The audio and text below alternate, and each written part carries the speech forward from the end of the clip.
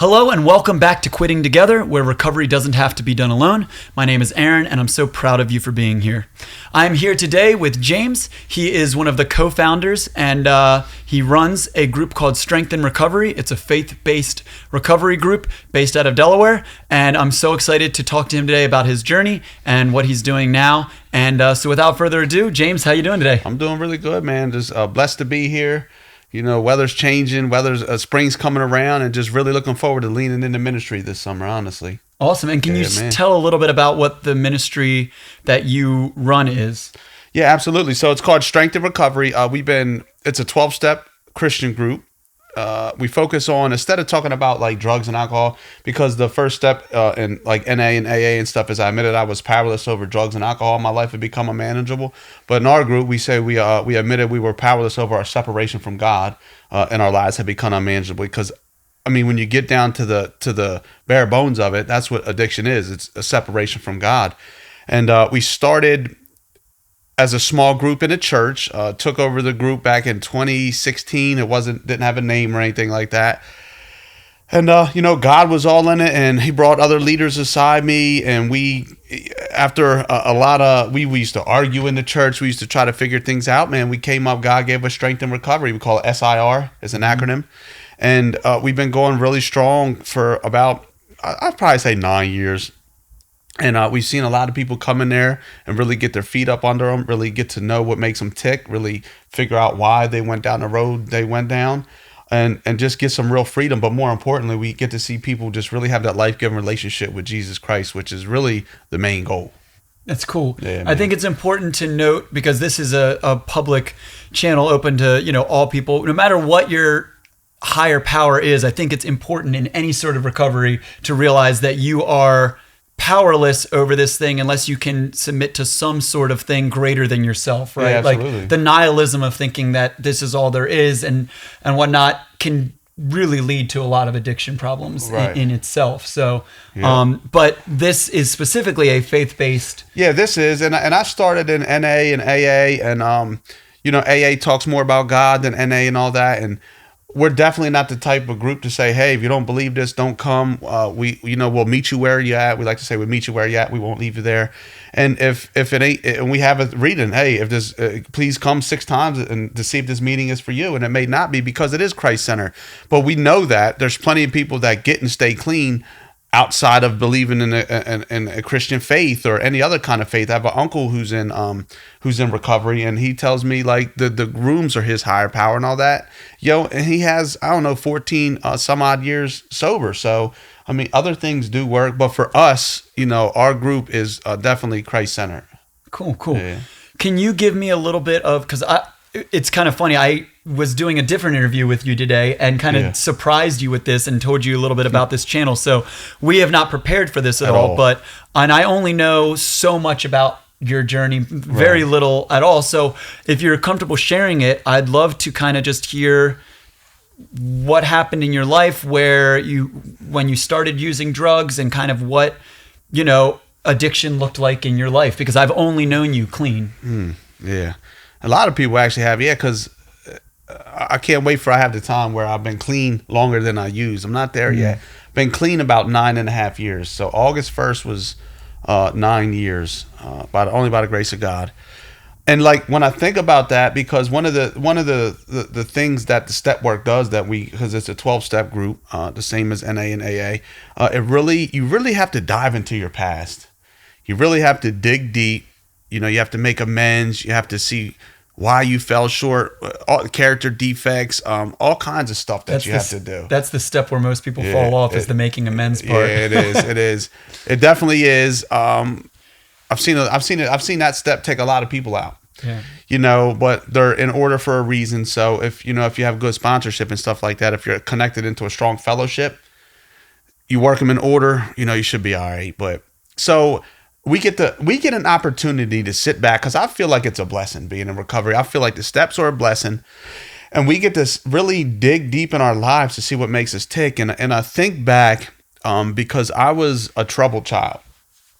I was probably one of the first kids and it was in 4th grade. I was put on Ritalin They didn't know what I was diagnosed with ADD. They didn't know what it was. They didn't know how to handle it. So they just threw medications at me because I was just off the wall wild.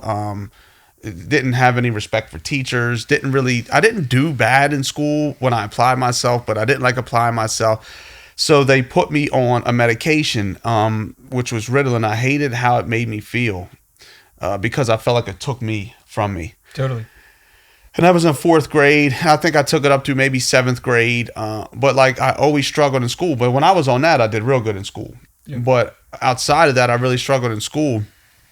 But like if I had to pinpoint an age when my addiction really had taken off, because I always felt less than. When I was around other people, I always felt less than. I always felt like my opinion wasn't good enough. I wasn't as smart as them. So that contributed to me overcompensating. Yeah. So I was loud. I would fight. I would just do whatever. I always just act like I had no fear, but really I was full of fear. Mm-hmm. And it manifested like that. So I was just that little 130-pound crazy dude. Because I had so much fear inside and all these feelings that I didn't know what to do with. But I'd probably have to say it was when I was 15, around 15 is when my addiction really started taking off, because my parents had split up. About 15, 98. Mm-hmm. And I had smoked weed. I had drank alcohol. How old were you the first time you smoked? First time I smoked weed, I was 13, but I didn't like it. I felt horrible. I had a bunch of feelings of guilt and stuff because I felt like I let my parents down. You know, I had an older brother who I really admire. I still really admire. And, you know, they would smoke weed. He's 3 years older than me. I'd always try to run with the older guys. And I'd always start running with them. I had to, you know, just be the bad guy and had to really impress them so they would let me come with them. Mm-hmm. And I was 13. I remember we was in my friend Garen, his garage, and we had a soda can with holes in it. And we smoked it out of that. Yeah. Some swag weed. It was disgusting, man. Seeds all in it. And then like 15 and then 16, you know, acid. I would do acid. Mm-hmm. Didn't like that. I did that like 3 times. Ecstasy, shrooms. Well, that's not a good drug to do if your parents have just split up and you're not doing well emotionally. Yeah. That's going to take you to some dark places. I didn't know that, though. Yeah. You know, I wasn't aware of that at the time, and I really started experimenting. But it was so when my parents split up 15, 16, my dad's an alcoholic. He started drinking again. He was sober for 10 years. We moved to Middletown, and my mom was in a relationship in Louisiana. So my dad was running around drunk. He was like a homeless drunk. He wasn't just like a functioning drunk. My dad was a drunk when he drank. And we moved to Middletown, and I was going to school at Glasgow High School, and I have a younger sister. And so when we moved to Middletown, I had a car, and my mom was in Louisiana. My dad so it's just me and my sister. So drinking real heavy, smoking a lot of weed. But the neighbor across the street had gotten a car accident. I mean, a bad car accident. And he had pills. And I didn't know him, but we knew the girl that lived there. And we used to go over there, and she used to just give us pills. And then like I had friends that would go to a doctor here in Delaware. I mean, 15, 16, getting pills from the doctor. And that's really, I remember really, that's when it started taking off. And the first time, like I remember coming over to Summit Bridge right here in my Grand Am, my Pontiac, and the pills had kicked in. And I remember that feeling. I was like, this is it. So that was about the age, because there had so much that happened, and stuff had happened with my sister. My life, I didn't know it at the time, but like how much it affected me, because like I didn't really think about it. I was ripping and running with the fellas, chasing girls, drinking. I was partying. I was young, and I didn't realize like that I had lost all the security in my life. That the dad that I admired so much, he started drinking. He was off to the races. That my mom, she has a relationship. It was just crazy. Like when I think about it, like. Mm-hmm. Yeah, it's cool because you can look back and say like, oh yeah, I was literally just filling those feelings of abandonment or lack of love or anything with, like you even said, like supplementing it by hanging out with the older crowd and stuff was filling in for the lack of your father being around, or taking these substances were filling in for the lack of love you were feeling from the home or any of that. And the one person that you did admire, and that was obviously one of your best friends, was your older brother, and that's what he's doing. And so he went away to the service when he turned 18. So I was 15. Yeah, wow, man, that's great. So, but I think he might have been like about to turn 19. I think he stayed this summer because I know he was. Anyway, yeah, and then he went away to the service. So now he's gone. My dad's gone. My mom's gone. My sister don't know what to do. She's 13, and like I felt like I had to be her dad. And I'm here. It just I dropped out of school. My senior year, I dropped out of school. Like it's just dumb, man. And then like drugs. I can remember when drugs became the answer though, because that was just having fun, and I can pinpoint the time when drugs became the answer to my problems. We moved from Middletown. I don't know if I'm jumping ahead or anything. No, you're good. Yeah, so we moved from Middletown to a village of Windover, over by Lexington Green, kind of like the like suburb projects out that way. And I was there. We were there for a year. Went from Middletown to village of Windover. That's actually where I met my now wife. So she just moved here from Puerto Rico. Shout out to my wife, babe, love you. But just moved here from Puerto Rico, and I was trying to holler at her, but she couldn't speak English, so she would just wave and laugh at me. But that's another conversation. Wow. So yeah. I wouldn't know. She speaks perfect English. She does. She hardly even has an accent. Yeah, she didn't speak English. Notice. So, but I digress a little bit. Yeah. So I turned 18, and my mom had met her new partner. So my mom, she's been with Connie now for, I don't know, 20 plus years. So they had met back then, and they told me, James, you got to go. So as soon as you turn 18, you got to go. And I was a mess, man. I wasn't following no rules, wasn't working. I don't blame them.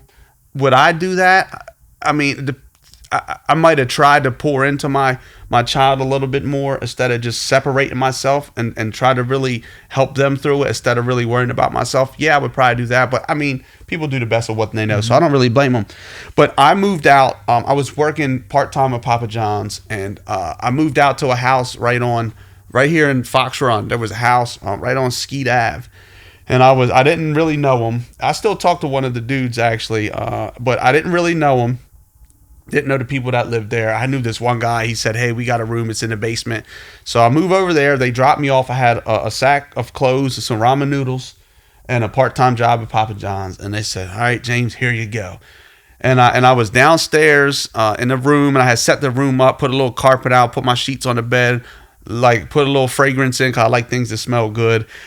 And I sat there and I was like, oh my gosh, I was like, I'm super nervous. I don't know what, like, here I go. I'm being a kid now. I'm out on my own, and I'm like, oh, super nervous.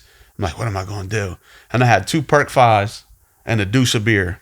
I took the Perk 5s, I drank the deuce, and then all of a sudden I was like, I'm going upstairs. We went upstairs. They had the music on, the pool. The drugs kicked in. We're playing pool. I'm like, this is going to be fun. And all them feelings I had of fear and shame and losing everything, all that just went away. And now, if I could just get these all the time, I don't need to feel that. This is going to be fun. And that's really where it started taking off. You don't realize in the beginning, like even if you've heard the stories of it, you don't realize how much like our brains physically become chemically dependent on this stuff. Yeah. And how it changed. I mean, I've talked about this before. Really, the only addiction I've had with substances is marijuana. But what that's taught me is if I've become addicted to that, like how much more addicted would I have been if I had have ever started with pills and stuff. I have a heart condition, and I look at it as a blessing in disguise because it's always been the reason that anytime anybody's ever offered me anything, I just say, sorry, I have a heart condition. Like, and nobody argues with that, right? Like, no right. They're not gonna say, here, just try it. Even if you're the drug dealer, they don't want to have to deal with that. And like right away, they'll be like, yeah, don't do that. Yeah, exactly. Because I look at it, and if I didn't have this and have that excuse, I'm sure I would have tried other stuff. Yeah. I mean, I've tripped before and done that type of stuff before, and luckily, I mean, it was the same thing as you. I enjoyed it at a time in my life, but it wasn't long term. And honestly, the last trip I ever had, which was probably 7 years ago now at this point, I knew as soon as I was in the middle of it that was going to be the last one. That, right, like, me too. This is the I don't need to do this again. Like, you know, and for sure. It taught me what I'm glad in the long run that I did have those experiences. I think it changed me as a person in a positive way. It opened me up to new possibilities of things that before I would have said like, well, there's no way that exists. And then you experience something like that, you're like, what is this? Like, you know what I mean? And but I'm also glad that I got out of that. Like, you know, Absolutely. so it even made weed different for me after that. Like after I tripped a bunch, like weed was different after that. Everything's different. Yeah, everything. Yeah, literally The way for I the look rest at of your lights, life. everything. Yeah, everything's different. Yeah. Definitely alters your whole way of thinking and everything. It's Totally. crazy. In good ways and bad ways. Yeah. But, you know, it's, but with that said, like, I have had a lot of friends go down the path of addiction. I'm a musician, right? Like it's rampant in there. Yeah. So you said at that point you got involved in a lot of pills and drinking. Did that eventually lead to harder drugs? Oh yeah, absolutely. So that was an 2003 that I moved out. So one of the blessings about recovery is I've got to do a timeline in my life, because I feel like all this stuff happened in this long period of time when really it was just back to fast, like years. 2000 I move out of there. I move in with Jen, she was my girlfriend at the time. I really wasn't real bad then. I just, that's when drugs became the answer, but I don't think I was addicted yet, like physically. You had it under control. Yeah, it was, and I didn't go seeking it all the time, but it was always there as an option, and it was always around, so I guess I'd have to look at it. But I moved in with her. She got pregnant. We were young. I was 19. I was 20 when my daughter was born. We were just talking about that. But then her and I didn't work out, and I had moved in with my friend, my boy Dig, and we're still friends to this day. He had a little house. Him and his girlfriend didn't work out. She moved out. I came in, rented a room. Balling, bro. We had so much fun in this house. It was in Minquadale. We had full-time jobs at Happy Areas Warehouse. We worked 3 to 11, which is perfect for a young buck. So you get to sleep in and then get off and still be able to party. I mean, we were having a time of our lives. We thought it was a time of our lives. Girls, drugs, like we were popular. Like people wanted to be there. But that is also the time when Oxycontin really started coming around. And started sniffing that. We had neighbors across the street that they had drugs. He was all on disability. They had drugs.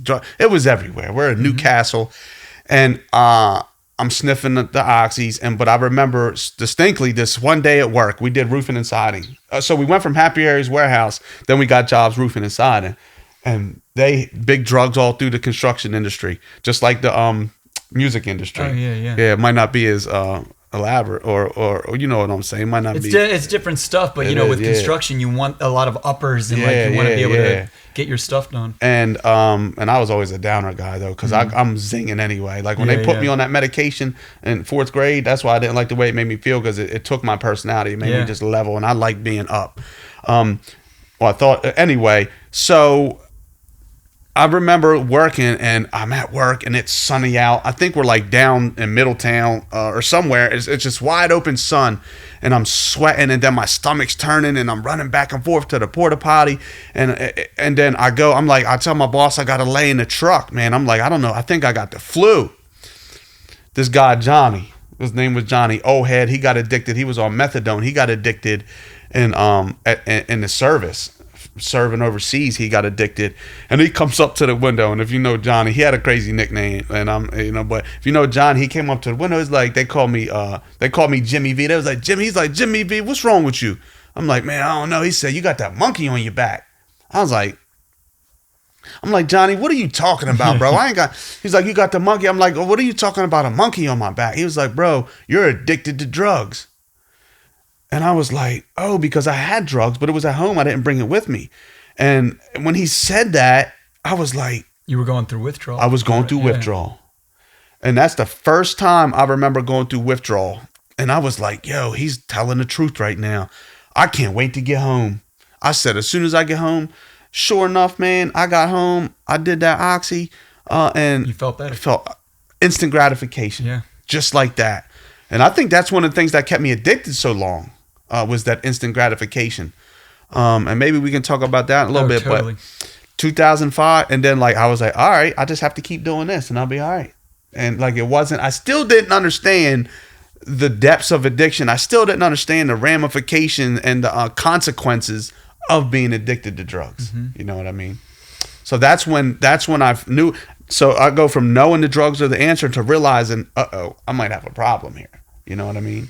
Yeah, but the problem hasn't gotten bad enough for us to realize we have to stop yet, right? I remember in a similar way, the first day that I realized, by every measure, I'm a pothead. And like I never wanted to call myself that, right? Like potheads were the lazy people, and I'm even when I smoke, I'm very productive, right? I'm not the guy that just lays like, on the couch. man. Yeah. I'll smoke and then I'll go work for 5 hours without thinking about anything else and just get a ton of stuff done. And because of that, I always thought it wasn't a problem for me, but that's what we would call like with alcohol, like that's a functioning alcoholic, right? Like it doesn't mean that it's a positive thing in the long run. It just means that you figured out how to cope with that stuff.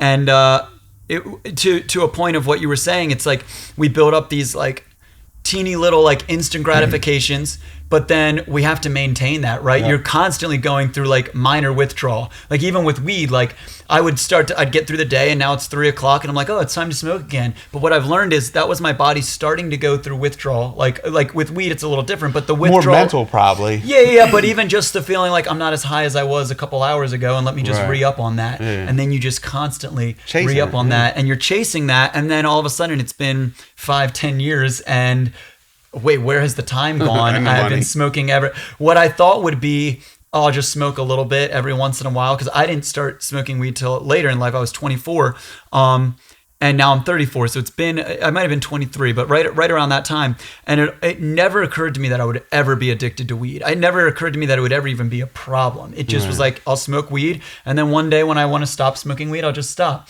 And if I smoked weed today, even with having this channel, even with talking to you, if I smoked weed today and I did not immediately post a video about the fact that I had screwed up and did it, I would be right back to it all the time. Like, and I know that. And I learned that from when I quit last year and I made it 6 months. And then I smoked. It was so weird. I had zero desire to smoke at all. I thought I was completely better. And the second I hit 6 months and I had that date for some reason in my head that like, you made it 6 months, blah, blah, blah. This almost like a worm of a thought got in my brain of, well, only smoking one time in 6 months is really good. And like, plus you'll be able to show yourself that you can smoke once and not do it again, blah, blah. And as soon as I smoked that one time, it was immediately off back to, and you know what I did? I stopped posting videos. I stopped holding myself accountable. I immediately, had talked to my wife about it and said, I'm at such a better spot mentally now. Like I definitely could do this and be fine. And she loves me and wants to support me no matter what. And also I think I kind of needed that time to show myself that like, I really am addicted. Like it's not that I can just go back to this thing as much as I would love to. I wish I had, she can smoke once and not think of it again and be fine. And she's never had any like addiction problems with stuff like that. But for me, that is not true. And like 3 out of 4 of my grandparents have passed away now from lung cancer. They all were heavily addicted to smoking cigarettes their whole life. And when I was a child, I didn't really think about addiction running in my family because neither of my parents like drank or smoked at that time. But it absolutely did. And, it's not only is it a mental thing that like, happens from like some of the environment that you're in and stuff, but like it really can be a genetic thing that runs in your absolutely family. I agree. Like I said, my dad's an alcoholic. He's dead now. So I'll say this, and so what we call that is it's an allergy. So we tell people, because they're like, oh, well, I can do it once. Well, you have a allergy that normal people don't have. You said your wife can smoke once. I don't even know when the last time my wife drank, not because I don't, because she just doesn't. And she can have a beer or a glass of wine or champagne or whatever and not touch it again for 2 years. She doesn't have the allergy. And what the allergy is that once we do it once, now we have the mental obsession and the physical compulsion to continue to do that. It's called the phenomenon of craving. That's what happens with us addicts. It's like we get that phenomenon of craving, that mental obsession, that physical compulsion to go out and get it by any means necessary. And that's why, like, we do preach. You don't have to be a believer in Jesus, but we preach complete abstinence. And I'm not saying people can't take methadone and Suboxone and all that, but we've seen people get ultimate freedom being all mind and mood altering substances. Totally. That's what, that's what we believe. That's what, so I originally, when I started this year, it was, I'm going to go, no matter what, I'm not going to smoke weed, but I'm going to go like a month or two and then maybe I'll have a drink. And I had a drink with my wife on Valentine's Day and immediately realized like, well, honestly, the next gig that I played after that, then somebody bought me a shot. And where every other time I had said like, no, I'm good. I'm not drinking. I took the shot. And it was that moment was when I realized like, and I even have a video about it on here. You don't want to trade one addiction for another, right? Part of the reason I've probably not had a problem with alcohol is because I never was just drinking alcohol. I was always stoned. And so then if I drink, you're always mixing it. And you don't want to really, I didn't really like the feeling of that and stuff. So, but I could see very quickly how if I'm not smoking weed, it could get to the point where I'd be drinking and saying, well, at least I'm not smoking weed. Like, I don't have a problem with alcohol. Right. And then eventually it turns into a problem. And so I put out a video a couple days ago where I've committed now to, I'm not going to drink either. And it's difficult to take that step of being completely sober. But one thing I've been telling myself and talking a lot about on this channel is anytime that we ingest a substance of any kind, we are making a commitment to not be present anymore. Like I whatever I'm doing, I don't want to be fully present in that moment. Yeah. Because now I'm going to, even if it's just I'm having a glass of wine, well, you still want a little bit of that buzz, right? Right. Exactly. Yeah. No, to me, having a glass of cranberry juice or whatever always will taste better than any alcohol. Drink some Welch's sparkling. Exactly. You know what I mean? It physically tastes better no matter what we say. But that's that mentality of like when I'm doing shots at the gig, well, I'm not doing a shot because it tastes good. I'm doing a shot because I'll loosen up a little bit. Maybe I'll dance a little bit more, or whatever my reasoning is. But like I am making that commitment to not do this gig fully present. Right. And if I think about it that way, it's a lot easier for me to say, well, what do I want? Do I want this substance or do I want to be present in the moment? Because with me, with smoking as much weed as I smoked, you know how it affects your memory and everything. Yeah. There would be times where it just felt like weeks would go by and it was so quick, but it's because I'm not forming a lot of these memories. I'm just forgetting stuff all the time. Even with the fact that like when my daughter was really little and stuff, like I would get high so that I could go play with her for hours and I'd feel great, like awesome, look, we're playing together. But how messed up is it that I had to get high in order to fully enjoy being in the moment with my daughter? Yeah, I get it. Yeah, man. I'm sure you were not sober when you first had your kids and stuff, and you probably experienced a lot of that as well. Yeah, absolutely. So I have a 20-year-old. So at the time, I have a son now. He's never, by the grace of God, going to see me like that. My daughter has, and so is my son. And it's kind of embarrassing to admit. I mean, I don't know, man, embarrassing not, but being a dad is hard. Being a mom is, I'm not taking away from the mothers out there, but being a dad is hard, right? And I'm not speaking for all men, but I know a lot of men that we're geared to go out and get work, earn, take care of the family. So for me to want to spend time with my children, who I love very much, when they were young, it was like, oh man, I gotta watch them all day, man. Like, it's gonna be a long day. Yeah, because that's on top of all the other things. Yeah. And this was, it's a little different now. I still be like, man, I don't know how my wife does this, and my son's great, but and all my kids were great. But it was like, oh, it's gonna be a long day. But if I get this 6-pack, and then here's the scary thing: like, I used to like taking Xanax and drink.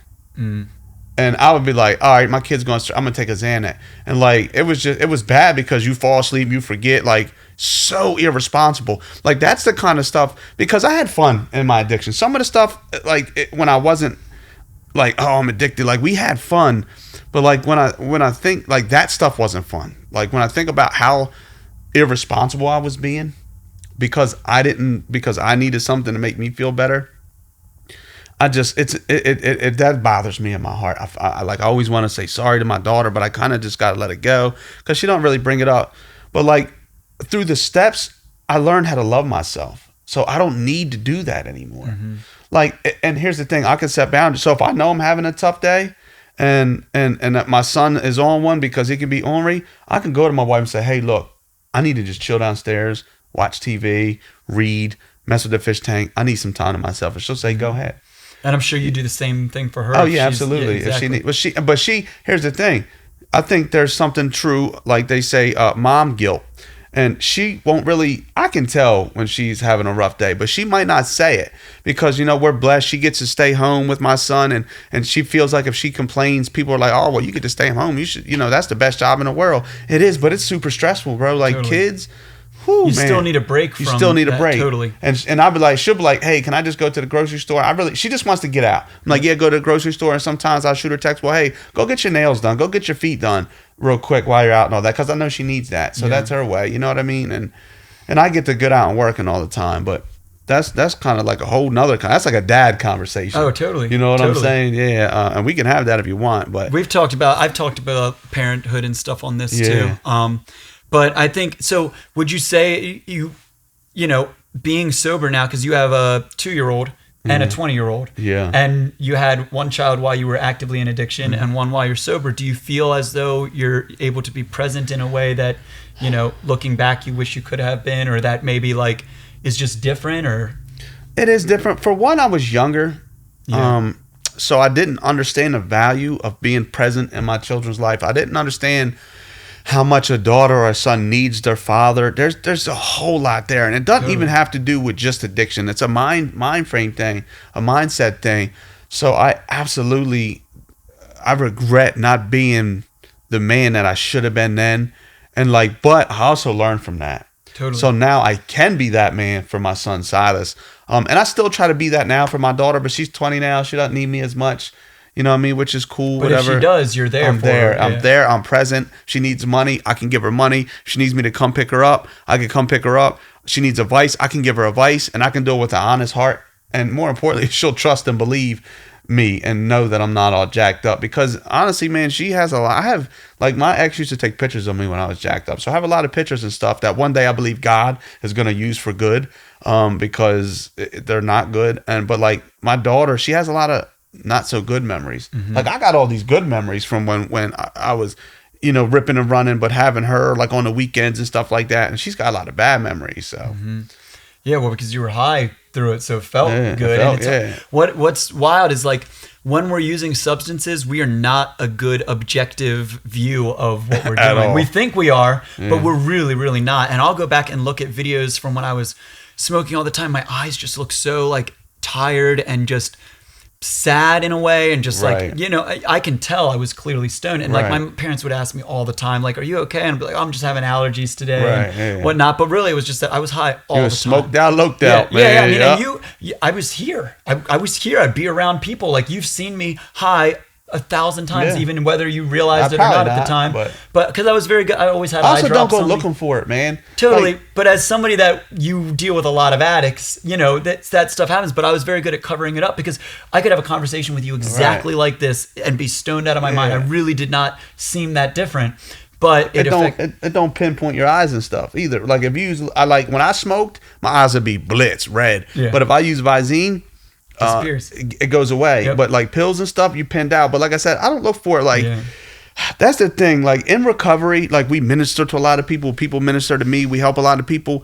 But like it can be taxing on your energy, right? So like when it come to church and stuff on a Sunday, like I go to worship and stuff, I'm not looking for it. Like when people come up after or before, I'm in like, all right, let's minister to the broken and addicted mode. But outside of that and just regular conversations, I really don't look for it, because you know, it's how I have that balance in my life, man, because it can be taxing. But and then like God, one thing that God has used my addiction for, and I know this isn't just a Christian thing. So I'm just, when I speak, it's from a Christian perspective. I haven't always been saved, so I can see it from both. But I'm just saying, like, God is he uses that to give me grace to a lot of people. I don't, you know what I mean? Like, and I have a lot of grace to people that are still struggling and stuff like that. Totally, yeah. Whatever, even if you're not religious, if going through something like that, like for me, like, so most of my life, I never dealt with depression or anything like that. I had a really good childhood. Honestly, it wasn't until after I tripped that like I really saw myself for the first time in a way that I had not before. And I think that led to a lot of like those feelings and stuff. But now that I don't really struggle with it in the way that I did, I'm able to have empathy for others that are going through that. Whereas before I had no idea. I wasn't able to really empathize. I didn't know what it felt like. And so I'm almost grateful to have gone through addiction, because now I know what it feels like to be addicted. I know, to feel depressed, to feel like you want to end your life, like things like that. I know what that feeling feels like. Which I try to do, man. Yeah. Like, you know what that feels like, so you can have that empathy. For sure, man. And the drugs that definitely change your perspective. Like you said, the first time you trip, you remember how you look. I'll never forget looking in that mirror and stuff. Like, I don't ever want to look like that again to myself. I was like, what's going on here? Yeah, it was horrible, but it's sometimes necessary. Like, I think that sometimes a bad trip is like our body or our mind or God or whatever. For you, saying the same, but also like showing us parts of ourselves that we need to deal with. Yeah. You know, for me, I realized that whenever I was thinking in my mind, like, I want to kill myself, looking back, it was more so that I just I didn't like certain aspects about my life or who I was or what I was doing or any of that. And so now I look at it as I want to kill that version of myself. Right. I want to get rid of that self that is causing me to feel that way, because a lot of times it's outside factors that come in, but it really comes down to a heart issue, right? It comes down to whether it's conscious or subconscious, we are screwing up over and over and over again, and we're stuck in this cycle. And for me, when I was defeating. When I was the most depressed and feeling that way was when I was also in the basement all the time, smoking as much weed as I possibly could, being down there for hours at a time, using it as an excuse to just get away from all of my responsibilities, and hating myself for it, you know, and feeling like I'll never be able to get out of this. But here we are. It's only been a few months. Like I say, I'm not an expert. You are much more an expert on being sober than I am. You've had much more time with that. But I am an expert of what it feels like to be addicted. And we're both experts at addiction, right? Like we expertly were addicted to things for many years and still are. Like I'm sure if you went back to drinking tomorrow, who knows like what would happen. And it's the same thing with me with smoking weed. It changes too. I mean, you got food. You know, you can get addicted to pornography. You know, I struggled with that for a little while. Totally. In the beginning of my walk and all that. And you know, we can talk because there's so much there. But can I jump like to where you know, the process of getting clean started? Totally. So how long were you addicted then? Would you say? So I'd say. Oh man. So really, like, I'd say from 18 to 31. Okay.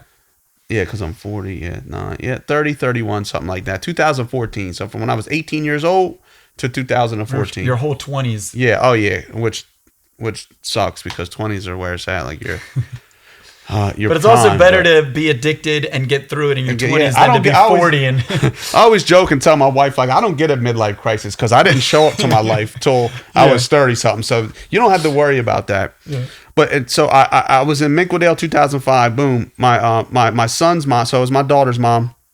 Now my son's mom moves up here from Texas to be with me. Sorry that I drug her through that, but it happened. We got a place together. I'm working, you know, we're doing a thing.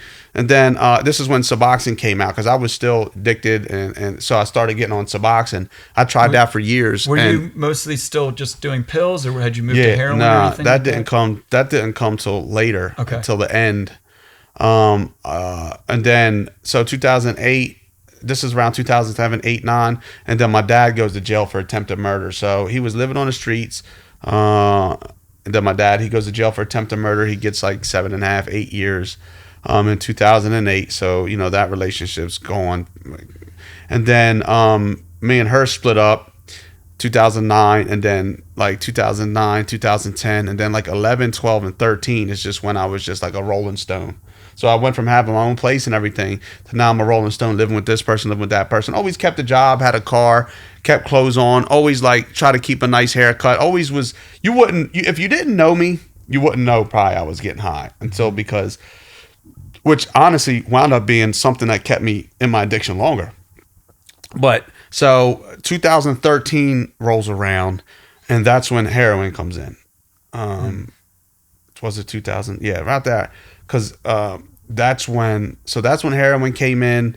That's when my addiction really it was out of control. And that's when I tried to kill myself at my mom's house. And I was just all zannied up. I was talking trash to my mom and her girlfriend. And she started saying something back. But I had so much guilt and shame and all these feelings. And I was so messed up. I tied a shower curtain around my head. I don't remember it. And my mom, she had to come in and give me CPR. I don't remember that. And that's when I went to my first mental institution. And that was a wake up call, but not enough. So I continued to use, I checked into another mental institution, Meadowwood. Mm-hmm.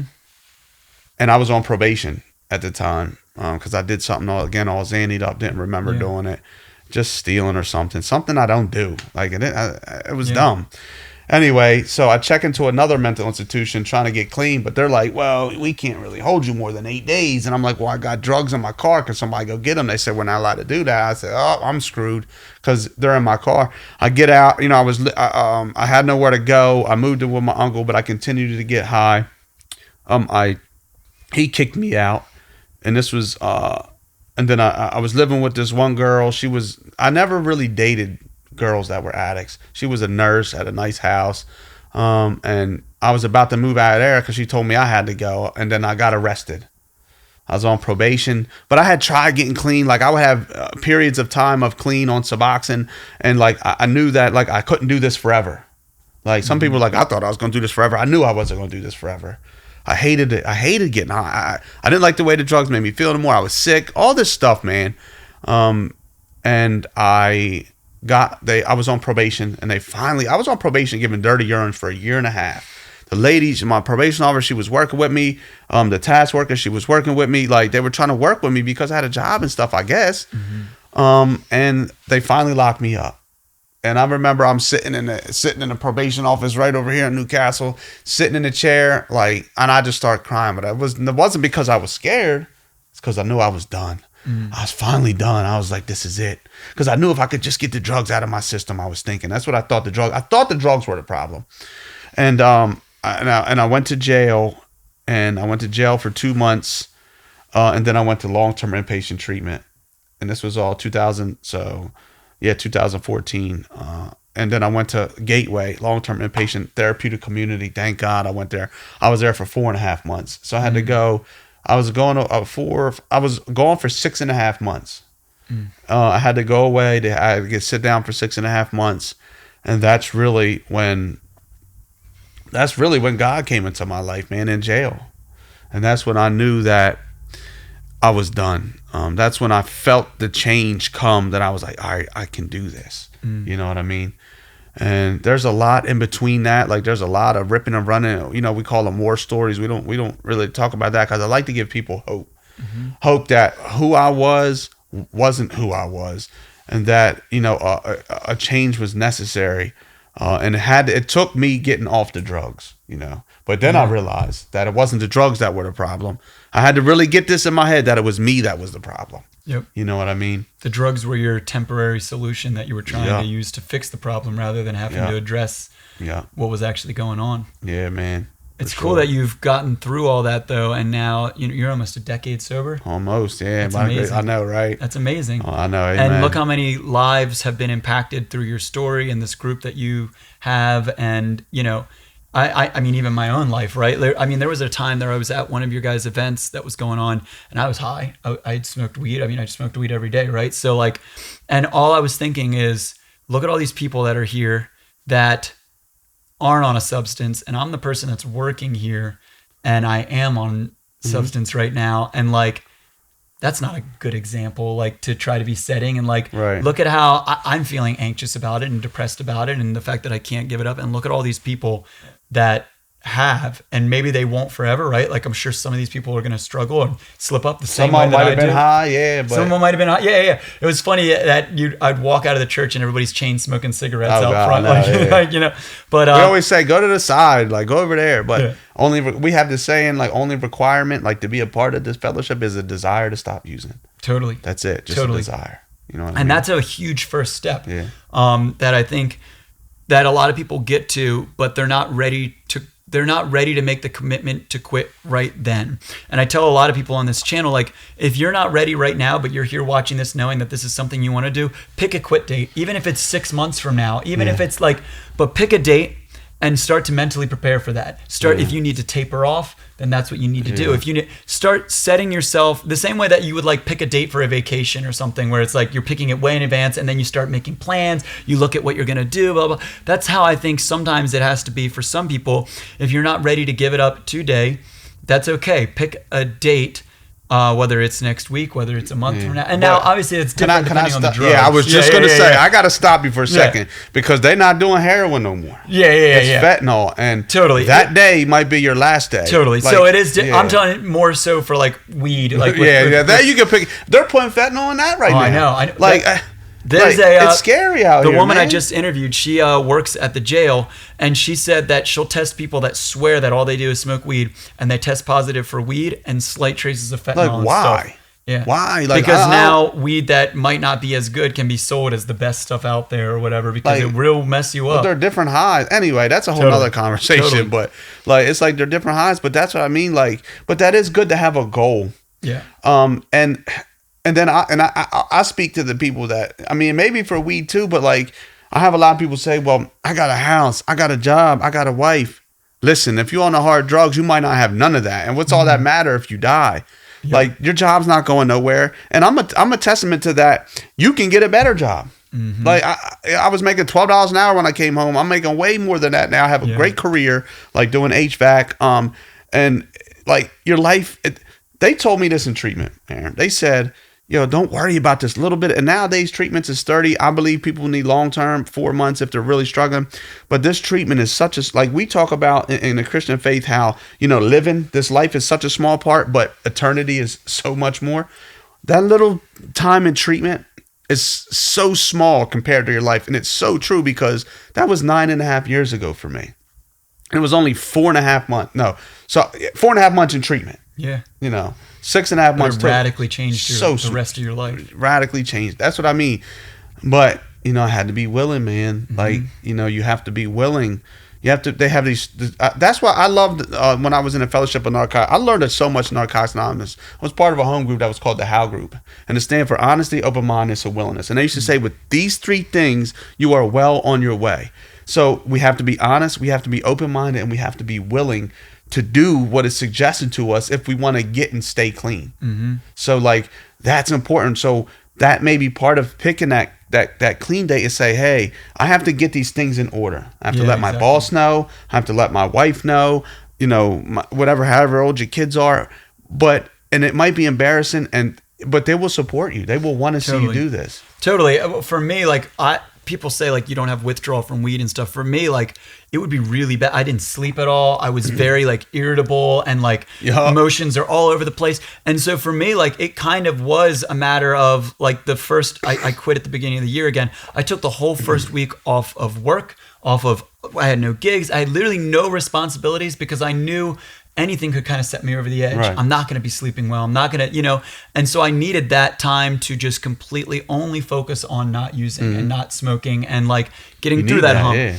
And now it's gotten so much easier. I mean, I'm at what I call the easy stage, where it's like I have enough time in where like I don't want to break that. So I know I'm not going to smoke right now. Now, last time, once I got to 6 months, that's when it got more difficult. And I'm sure with enough time, that thought of like, oh, well, I'll be fine to smoke once again will creep up. But now I know from this last year that that's not the case. Right. At that point, I had no idea, because I had never made it that long not smoking. Now, at least I have that knowledge of knowing that I can't do that. Even if it feels like I can in the moment, right? Really, that's just an excuse to try to smoke again. And you got to think, like, what's the point? What's it really going to do for me? It's such a temporary relief, man. Totally. And so I got out of treatment and started going to church. Like I said, I wasn't always a Christian. I read the Bible and stuff. Like, I look back at my old Facebook posts when the memories pop up, and I'm like, I was reading the Bible that day. But I get out of treatment, and then I start attending the church, and I get plugged into recovery, man. I'm going to 5 meetings a week. I'm all in at church. We start strength and recovery. I'm volunteering at church, and just, I'm working with a sponsor. I'm doing the step work, and I just really, it became who I was. Like, I had to take, because I knew what I would do for my addiction. I remember I drove my car in the snow. I had a Mazda 2 or 3 or whatever it was, 2-door stick shift. I knew the clutch was about to burn out. I drove to the city, got off Martin Luther King exit, and the clutch died. I left the car in the middle of the intersection, ran to the block, because I would go to the city, caught what I had to cop, came back, did it in the car, and cops were driving by me, and I called a tow truck. I was willing to risk all that, and I only had $10 on me. But I'm not willing to go to a meeting every night. Like, that's what I had to take, that same hustle, that same mind frame, that same determination I did to go and get another one, and put it towards my recovery. Yeah. You know what I mean? Because I didn't want to go back. So, that's when I got really plugged in. And that's what, when I tell people, hey, like, that first early recovery, they say is 1 to 3 years, right? So in that 1 to 3 years, I did everything. They got all these cliches, but like, you don't always have to like go to 5 meetings a week. You can bring it back. But I do believe the step work is extremely important if we want to have substantial long-term recovery, because we figure out, we deal with past traumas, what makes us tick, we make amends, we acknowledge some shortcomings in our lives, some character defects, and then we go to help somebody else. You know what I mean? It's I can't, he can't, I'm gonna let him. I mean, I can't. How does it go? I can't. He can. I'm gonna let him. That's how 1, 2, 3, 4, 5, 6. You know, the steps. That's how we approach it. And it's been a true blessing in my life, man. And to do things like this with you, and so you were talking about that conviction you were feeling during the event. So I tie that in with integrity. So you're like, man, I'm up here doing this, like, and these people, and they probably think I'm sober and all this and all that, but just the fact that you think like that and that you don't want to have those feelings, that's integrity. That's saying, hey, I got to do the right thing when nobody's looking. And I think that's extremely important to get and stay clean. Is you got to have that mind frame. You got to have that want, man. So I commend you for that, because people would ignore that. You know, totally, man. And I think what you were talking about with the eventually you sponsor someone else, or you are working with someone else. I think that allows you to be more accountable too, because you don't want to let that person down either. That's how it is with this channel for me, is the fact that there are people on here that have literally commented and said, hey, watching these videos is what's keeping me sober right now. Oh, wow. Amen. I will come back I have them screenshotted, so that if I start to ever feel like, wow, because those thoughts still creep up. Like dude, for me, it's like when I need to be creative, like when I smoke, it's so easy. I can sit down, the music comes to you, everything. I can sit down and work on for hours. Whereas when I'm not high, I can still be creative, but I have to sit down and takes a lot more effort. Way more. It doesn't come naturally. And so I'll get that little worm of like, man, if only I could smoke right now, like it'd be so much better. But then I think about, you know what, like there's somebody out there right now that is sober because I decided to make this channel, and like I don't want to let them down. And if I do let them down, that's the other thing. If I ever break this, I have to make a video right away and explain what happened, why I broke, and what I'm going to do in the future to make it not happen again. Because if I don't, I'm going to get right back into... Your secrets keep you sick. Yep. Well, and last time what happened was, as soon as I smoked, I just stopped posting videos, because I knew I was so embarrassed to have to make that video. But you did, right? What's up? You made the video? Well, I didn't make the video until I quit again this year. That's all right. And I told everybody what happened, and everybody knew. What was funny is I wouldn't even check the channel. I wouldn't even check the comments. And when I went back to check, there was so many comments on there like saying, "Hey man, just checking in. You haven't posted in a while. I'm worried about you. Are you doing okay?" That's good. Yeah, from people I've never met, never known, And even this time, I got really busy. I was posting videos every single day for the first week, and then it was like every other day after that, and then it got to be edits. It was it's too much with work and everything like that. Now it's basically like maybe 1 or 2 a week, and if that feels good, right? Like there's no pressure to it, and I've told the people that. But even now, like if I didn't post for a bit, people would comment and say like, "Hey, are you doing okay?" and stuff. And so, I feel very good that I will be able to, and I have some friends doing this with me this time, which really helps. I was just going to say that.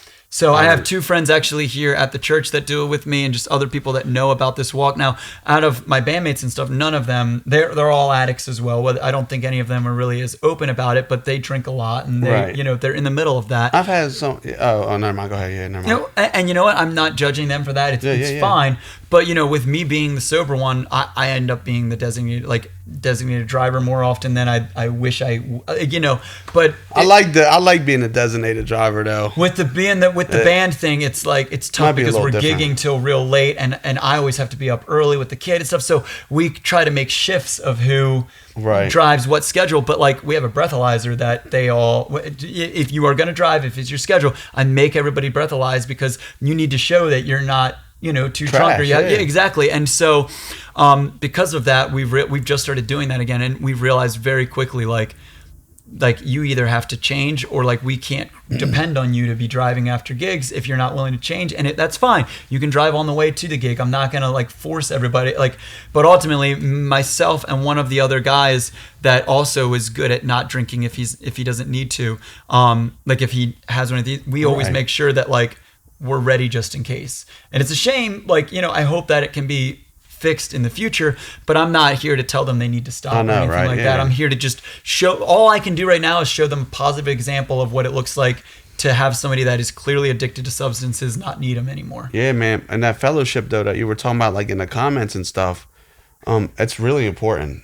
So what's the name of this channel? Quitting Together. Quitting Together, because there's something to that together, because you can't like my mind, my thinking can be my worst. Like when I'm by myself, that's probably the worst person to be with is me. Totally. So, but when I have these thoughts, and it gets better as you get some time under your belt and you start putting the work in, and like life gets, like thoughts get easier to decipher. You don't need advice as much, but that fellowship is so important. That community of, whether it's your community of faith or like in our strength and recovery, or that recovery community, it's crucial to staying clean, because you can run stuff by people. You can go here, they'll help. And like, if you need help with it, there's just so much to that community that like, no matter where you go in the world, there's that recovery community. It's important to get plugged into that, man. And that has been huge in my recovery. That's why we started Strength and Recovery. I needed to connect Jesus and the 12 steps, like, because I knew Jesus was calling me, but I knew the fellowship was important, because I had watched people with decades clean and they weren't believers in Christ, but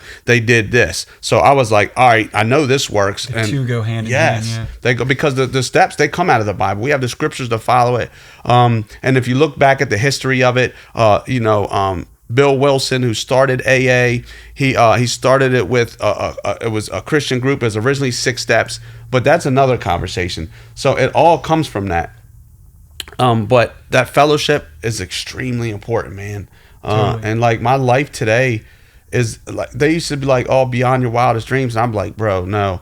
And even just recently, because like I still had some wild dreams, but God is changing my heart for my desires in this world, and my life is beyond my wildest dreams. Like my home is peaceful. My wife and I, she's Puerto Rican, I'm Italian. We have our little quarrels, but we don't argue. Our son has never seen us like scream at each other. But like our kids be like, oh, well, why y'all arguing? But like we just talk. Sometimes we talk, and like she's a little loud, I'm a little loud, and it's a lot less now. Like we still have our issues, but like my home is peaceful. Yeah. Well, you know that each other has each other's best intentions in mind, which when we're openly using drugs and stuff like that, sometimes we don't have our partner's best intentions. No. We have our own intention. Yeah. And I feel bad about that. My exes and stuff, I put them through some stuff, man. They weren't perfect either, but I definitely put them through some stuff that they didn't have to go through. And, I've tried to apologize, and like the amends process, there's a reason the steps are in order, and you should do it with a sponsor, because a lot of them amends, they might not go the way they could go sideways and like really bring on some bad feelings. Again, that's why fellowship's important. Well, don't they say that even with the like apologizing and stuff, unless you think that it's going to make things worse, like is that part of it? You mean can it make things worse? Like with the steps, there's the step of where you're supposed to right wrongs and blah blah blah. Oh yeah. But like they said, if there's a certain relationship where you trying to contact that person, so we make direct amends to when, unless it'll harm them or others. That's yeah. And others is me, because it can hurt me too. Yeah. Making that amends, like you're saying, it could make things worse. So I had an amends to make. So I used to go to jail because I didn't pay my child support. So I'd be locked up, and they would have this thing. You said you pay a purge, $1,200 purge. It's a bunch of money, so you didn't go to jail. I didn't want to go to jail. I was dating this girl, and she paid my purge for me. And when I had got out of treatment, everything, I wanted to make that amends. I never really did, because we had started before I met my wife. We kind of she hit me up, said, "Hey, I was thinking about you. I probably won't ever want anything to do with you again." But I was watching Shark Week, thinking about you, because I like Shark Week, and I was like, man, I owe her this money. And like later on down the road, I talked about this with my sponsor. I felt like I should pay her back, but she told me, "You didn't owe me anything, James. Don't worry about it," and all this. But now at the time, I'm married. She's married. And I'm talking about it to my sponsor. Do you think this will be a good idea? He's like, well, does her husband know? Does your wife know? Yeah. Like, she already said you don't owe her the money. How do you know contacting her won't cause turmoil within her marriage? Or your own. Yeah. Or my own. Because I would have told my wife. My wife and I are extremely honest with each other. She probably wouldn't have been. She might. I don't know if she'd have been on board. I didn't have the money anyway. I was going to pay her in installments. But because I had a sponsor, he brought it to my attention that, hey, like, this might not be a good idea, because it could cause more harm than good, because she don't need the money. It's $1,200. She's a nurse. Like, she don't need the money. You know what I mean? But that's besides the point. The point was that because I ran it past somebody, I didn't do it, and it, you know, it's all right now. You know what I mean? Yeah. This was a couple years ago now, 4 years ago now, probably, that I talked about it. But you know, I did it with a sponsor, man. So like, I'm encouraging people to get into, like, if they're coming to the channel not knowing what to do, and you don't feel like you like NA or AA or 12-step programs, I would encourage you, man, go to these, find a sponsor, get into the step work. And I always tell people, man, to swallow the meat and spit out the bones. Everything isn't for everybody. Yeah. It just is what it is. Well, and a lot of people don't know, but there's also MA, which is Marijuana Anonymous. And they have meetings pretty much 24/7. At any time you can go to marijuanaanonymous.com, and they have a list of meetings that are online through Skype. With Marijuana Anonymous, there's not as many in person, but you can get a sponsor through there, because I think one thing that's very specific to weed is it's like the only drug that you absolutely can be addicted to that people will just tell you can't be addicted to. And so it comes, people sometimes will gatekeep addiction, and it makes you feel like very alone. Well, so did you ever see Half Baked? Yeah. Oh, yeah. When Bob Saget stands up, he said, "Did you ever?" You know, he's like, "For weed, weed? Like, it's not a big deal and all that." Like, that's what I always think about. But like, I know that's not true, because weed is seriously, like we were talking about earlier, like, weed ain't what it used to be. Not at all. It's not coming across the border packed in bricks with a bunch of seeds. It's not and just sticks. grown out of the ground like, the way it used to be. It's chemically altered. And it's pure. You can do dabs, and you can do straight wax. And I was talking to a guy at work, and I was like, "Yo, like, I felt some type of way, because all that wasn't popular when I was getting high." And I was like I see dabs and stuff, and I think like, man, that looks kind of cool, because it does look kind of cool, and like it's all this like a science experiment, and it's like, yo, look, he's flipping the thing, and it's coming out, and like, I'm like, man, that's freaking cool. He's like, dude, you probably wouldn't have liked that, but that stuff is strong. It is. And I'm like, hey, I never thought about that. He's like, it ain't like weed, like, it's totally different. There's been times where I've smoked weed, and obviously this wasn't as recent because you build up a tolerance, but like, where I could not move, I could not talk, I literally was zonked out as if I was on heroin, though. Like, like, what is the difference if I can't? If somebody broke into my house right now, I'm completely disabled. Like, I can't do anything. Cooked and booked. He cooked and booked, man. You done. And so the fact that your body can get to that point, what is really the difference between that and a heavier drug, other than the fact that those heavier drugs can kill you? Well, that, and the but withdrawal. just withdrawal. Yeah, totally. But in the exact moment, like, if somebody walked into the room, they're not going to know if I'm on marijuana or if I'm on heroin. They're probably going to think you're on heroin. Exactly. Yeah. And there was times where I have, like, overdosed on weed to the point where, like, people couldn't wake me up. They're talking to me, and I can hear them, but I can't talk. I can't say anything. And this was a while ago now, but like, that's wild to me, you know, like that's some strong stuff. Yeah, totally. I got and then like, I had a friend. So when we used to smoke a lot of weed growing up, he was the biggest pothead I knew. Mm-hmm. And when he didn't have it, bro, I mean, he's sweating. Like, you didn't want to be around him. He's ready to beat somebody up. He's doing anything he can to try to figure out where. Shout out to my boy. I'm not going to say his name, but you didn't want to be around him. That's how I was. But as soon as he got it and rolled up, yo, what's up, yo? Exactly. That's exactly how I was, man. I made a video on here talking about it, but there was a time where I was coming home from a concert, and I knew I did not have any weed, and I knew that my dealer was away just for the next day, but I knew I would have to go that night and the next day without it. And I literally was thinking, where could I go to get drugs? It's 3 a.m.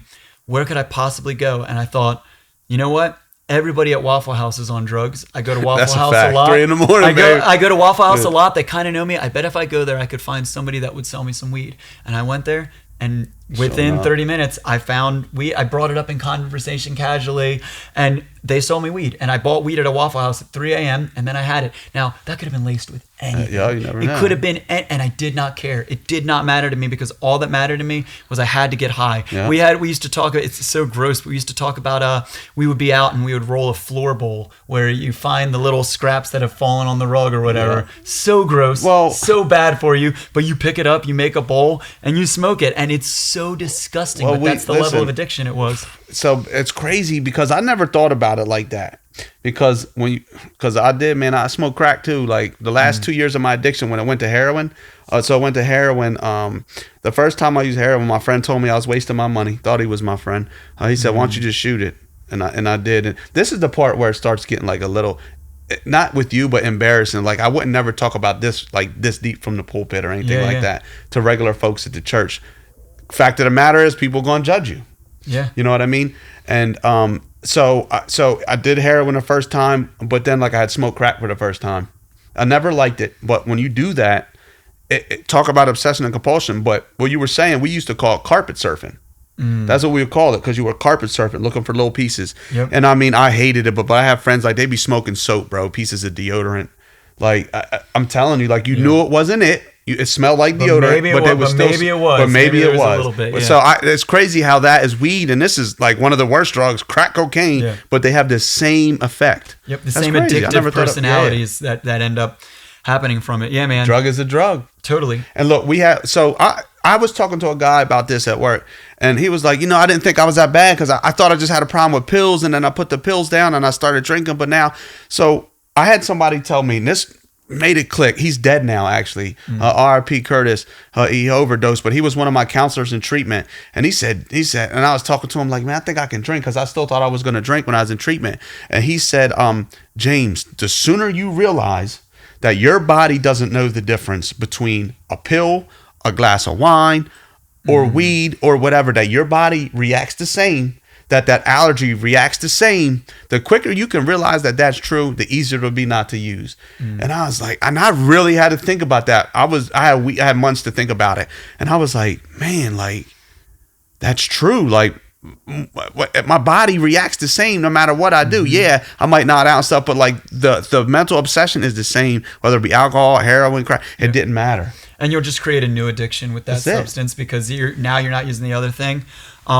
Yeah, man, it's wild real. How that stuff really affects you, and but it's cool that you were able to realize that and do that. That's what I'm doing now with the drinking thing. Like, technically, I think I could probably drink every once in a while compared to like if I smoke, I immediately go to it. Right. But I think that long term, the drinking would turn into drinking more and more, and I don't want to have to go through a recovery process again when I'm already doing it right now. Like, let's just do that. Let's just knock it all out right now. And again, I don't want to commit to not being this version of myself, like to sacrificing this sober version of myself. And I don't even know what sober version of me is yet. It hasn't been long enough. Right now, I'm still technically experiencing withdrawal me. Yeah. Like, even if it's less and less energy, tired. Like, yeah. But I say it all the time. Like, if you're first starting out and you don't like the way you feel, well, you still have not met sober version of you yet. Right now, you're dealing with withdrawal version of you. And that can last a year, 2 years. You were saying 3 years is still early on in recovery. It is. I think they say it really takes about 18 months for your body. I mean, depending on, think about how long I was using. Like, I can't expect it, but it takes about 18 months for really the brain chemistry to go back to normal. And sometimes you don't. Like, if you drink a lot, you got wet brain and stuff, that's something you can't do. But it definitely takes time, man. We have a saying, it gets greater later, more will be revealed. Like, but you have to just keep at it.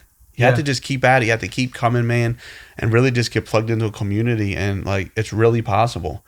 And then like, even like, so alcohol so I'm going to approach it from a Christian perspective, because me personally, and there's going to be Christians that will crucify me for this, I don't believe the Bible instructs us not to drink, right? I believe that the Bible says you shouldn't be a drunkard, be sober-minded. And I don't believe that, like, as a Christian, like, if you want to have a beer, there's anything wrong with that. But if you're a leader in the church, and so if you're a leader in the church and the Bible talks about not having your brother stumble and doing stuff like that. So if you're a leader in the church and all that, you probably shouldn't be at the Buffalo Wild Wings watching a game, pounding beers. But even more so, if you're in recovery and you're a leader in the church, you definitely shouldn't be drinking, because some people can have one drink, but some people can't. You know what I mean? But that's just my perspective. Like, but I think that's what makes it even harder sometimes for people, to be in the church and get clean and sober. They'd be like, God doesn't say we can't drink, but if you're already struggling with alcohol, if your wife is mad at you sleeping in the basement, you think you can have one beer, like, the math isn't mathing. Yeah. That make sense. But it was funny. There was somebody that brought up at the church, like, would you guys ever consider using like real wine for communion? And we literally were like, we have recovery groups that meet here. Heaven forbid communion wine is what gets somebody back on the wagon and stuff, or off the wagon. That's funny, because that's the one drop of alcohol I've had by accident. Yeah. I was at a pastor's house. Yeah. And he was my premarital counselor, and we took communion for the first time, and it was so powerful. But like, I drank the wine, didn't know it was wine. I'm like, bro, where'd you get that juice? Like, that was amazing and all this. And I think we talked like the next day. He was like, James, sorry, that was wine. He's like, I'm really sorry, I forgot and all this. I'm like, oh no, you're all right. But I remember drinking it. It didn't do anything, but like, I remember thinking, man, that was really good. But that mindset of like, that was really extra good. Yeah, that could be the thing that for somebody else. And I used to love some wine, bro. Yeah. Like, I used to like wine. I used to put liquor in my wine. That's what I mean. I don't do just a little bit. I would put Parmesan and sangria. Like, I would go in, man. And it just, I know it's not for me. Yeah. You know, aside from being a leader in the church and leader in a recovery group and being like a positive role model to my kids, like, aside from all that, like, it's just not for me today. Yeah. You know what I mean? It's not who you are today. Enough. Yeah, that has to be enough. You know what I mean? And think of how much you have to lose now if you went back to that lifestyle. You know, like, so much more. Yeah. You know, so not even if I wouldn't, like you said, you felt a certain way being up there. I wouldn't feel like I could be in a role I am in the community of faith and in the recovery community that I'm in. Like, I wouldn't be able to do it with a straight face, because I believe in integrity and honesty, and like, there's some of the stuff we live by in recovery, and I would hope we live by in the church, but unfortunately, you know, that's a whole nother conversation. Yeah. A lot of people don't, but I couldn't do it with an honest face. I just couldn't, man. You know, I'd have to just walk away, set it all down. And what would I do then? Yeah, both. Like, what would I do then, though? Like, I think about that. Like, what would my life look like? Mm-hmm. I would just be at the bars again, playing pool, singing karaoke. Yeah. You know what I mean? Like, that's what I would be doing, straight up. Yeah. So, yeah, man. So complete abstinence is what it is for me. You know what I mean? I think that's a good kind of spot to wrap it up there. That's anything, closing words or anything you want to... I just want to emphasize community, man, and really getting plugged in to a community, whether that be a community of faith, a recovery community, and just have that spirit of willingness. The only thing we have to change is everything, but we get to do it one day at a time, man. So give yourself some grace, one day at a time, and just take it little by little. But that community part is extremely, extremely important. Mm-hmm. That's awesome. Yeah, James, thanks so much for doing this. Thanks, I'm really, really glad we were able to do this. I am, man. I'm blessed to get to know you, man. I love you, man. And I think God is going to do a lot through you and through our relationship within this community of faith. I really do. Well, now that you know this about me, feel free at any point to add, how are you doing with all that stuff? And knowing that there's people in my life that hold me accountable really helps too. And I won't be overbearing, I promise. No. But I'm not. Yeah, but you won't be able to be. You know what I mean? Good. The only way I'll ever feel bad about it is if I'm smoking again, right? I might just throw you a nod like, "Yo, Aaron, we good today, bro?" Yeah. You know what I mean? Exactly. So that's awesome, man. Awesome. Thank you for this. Like he said, he just sprung this on me. I didn't even know his YouTube channel existed. I'm going to share this on every single social media. It's like, I'm not. So, but thank you for letting me be a part of this part of your life, man. I look forward to really getting to know you, bro. Appreciate it. Yeah, thank you, guys, and we'll see you for the next one. Thank you for tuning in. If you have any questions or anything, feel free to leave them in the comments, and I'll see you on the next one.